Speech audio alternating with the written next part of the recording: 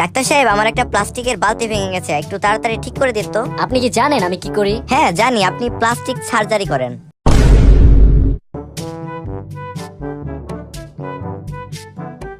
ভাই, আপনার দোকানে কি লিচু আছে? হ্যাঁ ভাই আছে, কতটুক লাগবে? তাহলে বিচিগুলো ফেলে আমাকে 1 কেজি লিচু দিন।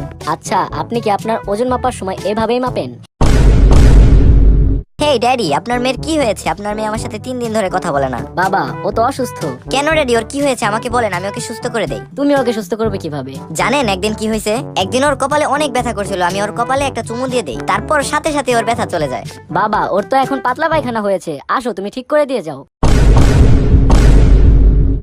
ভাই, আপনার দোকানে কি পারফিউম আছে? হ্যাঁ আছে, 200 টাকা, 500 টাকা আর 1000 টাকা। আপনার কোনটা লাগবে? ভাই, এগুলার দাম তো অনেক বেশি, আপনার দোকানে কি 5 টাকা দামের পারফিউম আছে? হ্যাঁ আছে তো, আপনি আমার পেছনে আসেন, দিচ্ছি। বল্টু, তুই আজকে পড়া পারলি না কেন? আজকে তোকে সবার সামনে প্যান্ট খুলে মারবো। স্যার, পড়া তো আমি পারি নাই, আপনি কেন সবার সামনে প্যান্ট খুলবেন? আচ্ছা বলো তো, ডিম ভেঙে কিভাবে বাচ্চা হয়? স্যার, তার আগে আমাকে বলেন ডিমের ভিতরে বাচ্চা গেল কিভাবে? Who split the tea on the table, এটাকে নিজের মাতৃভাষায় অনুবাদ করো। মাতৃভাষা মানে তো মায়ের ভাষা, তাই না স্যার? হ্যাঁ। গেল গেল, সব ফেলে দিল। আমার কাজ না বাড়লে তোর শান্তি হয় না। এখন চা কি তোর বাপ বানাবে? যে জায়গায় অনেক গোবর আছে সেখানে ঘাস অনেক লম্বা হয়, আর যে জায়গায় গোবর নেই সেখানে ঘাস অনেক ছোট হয়। ও আচ্ছা স্যার, এখন বুঝতে পেরেছি মেয়েদের চুল এত কেন লম্বা হয় আর ছেলেদের চুল কেন এত খাটো হয়। বল্টু, আমি তোকে বারবার বলেছি খাতার মধ্যে 1 আর 7 স্পষ্ট করে লিখবি। লেক্সোস 1 দেখা যাচ্ছে 7 এর মতো। স্যার, আমি ওইটা 7ই লিখছি। তাহলে 1 এর মতো লাগছে কেন?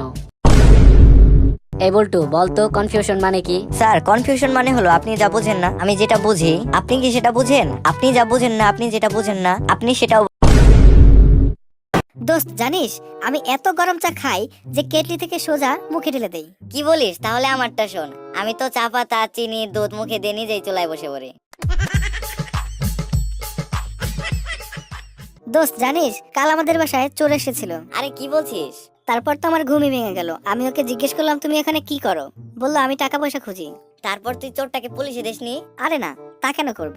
তবে কি করেছিস? কি করব আবার, আমি ও চোরের সাথে টাকা পয়সা খোঁজার কাজে লেগে পড়লাম।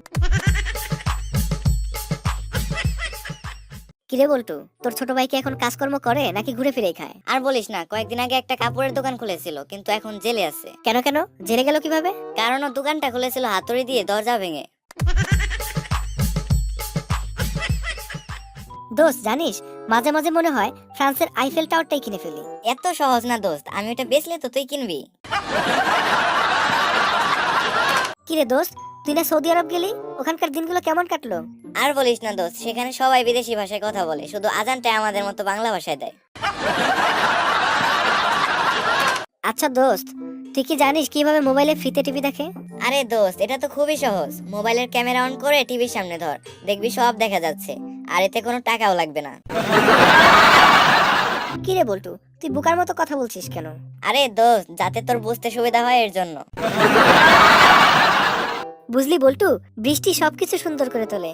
ঘাস, নদী, ফল, ফুল সবকিছু। বৃষ্টি যদি সবকিছুই সুন্দর করতে পারে, তাহলে তুই হলি না কেন?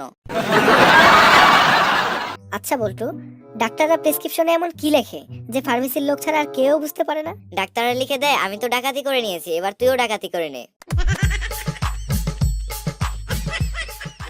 কিরে বল্টু, মন খারাপ করে বসে আছিস কেন? আর বলিস না, আমার একটা মুরগি ছিল, কোথায় যেন চলে গেছে, এখন আর খুঁজেই পাচ্ছি না। আরে তোর তো মুরগি চলে গেছে তাই তোর মন খারাপ, আমার যে গার্লফ্রেন্ড চলে গেছে তাই আমি মন খারাপ করছি না। আরে হারামজাদা, তুই বুঝবি কি আমার কত বড় লস হয়ে গেল? মানে কি, আমার গার্লফ্রেন্ডের থেকেও কি তোর মুরগির গুরুত্ব বেশি হয়ে গেল নাকি? আরে হাদারাম, তোর গার্লফ্রেন্ড কি ডিম পারতো? না, পারতো না তো। কিন্তু আমার মুরগি তো ডিম পারতো, আর সেই ডিম বেচে আমি আমার গার্লফ্রেন্ড আর বউয়ের খরচ চালাতাম। জানিস, ছোটবেলায় না আমি একবার 5 তলা বিল্ডিং থেকে পড়ে গেছিলাম। বলিস কি, তুই কি মারা গিয়েছিলি? কে জানে, ছোটবেলার কথা এখন কি আর মনে আছে? আচ্ছা বল্টু, তোকে যদি পুনর্জন্ম নেওয়ার সুযোগ দেওয়া হয় তবে আবার তুই কি হয়ে জন্ম নিবি? ও, তাহলে তো আমি তেলাপোকা হয়ে জন্ম নেব। এ আবার কেমন কথা? এত কিছু রেখে তুই তেলাপোকা কেন হতে চাস? কারণ আমার বউ ওই একটা জিনিস দেখেই ভয় পায়। বল্টু, জানিস গত রাতে আমাদের বাড়ির উপর দিয়ে প্রচুর ঝড় বয়ে গেছে। বলিস কি, তোর বাড়ির কোনো ক্ষয়ক্ষতি হয়নি? তা কি করে বলবো, ঝড়ের পর কি আর বাড়িটাকে খুঁজে পেয়েছিলাম? আচ্ছা দোস্ত, শুনলাম তুই নাকি তোর গার্লফ্রেন্ডকে অনেক ভালোবাসিস। হ্যাঁ রে দোস্ত, আমি আমার গার্লফ্রেন্ডকে অনেক ভালোবাসি। আচ্ছা, তো কতটা ভালোবাসিস? আমি আমার গার্লফ্রেন্ডকে এতটা ভালোবাসি যে আমার গার্লফ্রেন্ডের জ্বর হলে আমি নিজেই না পাখাই। কিরে দোস্ত, কালকে তোকে দেখলাম 10 হাত লম্বা একটা পাইপ দিয়ে সিগারেট টেনে খাচ্ছিস, ঘটনাটা কি? আর বলিস না, আমার আব্বু বলছে সিগারেট থেকে 10 হাত দূরে থাকতে।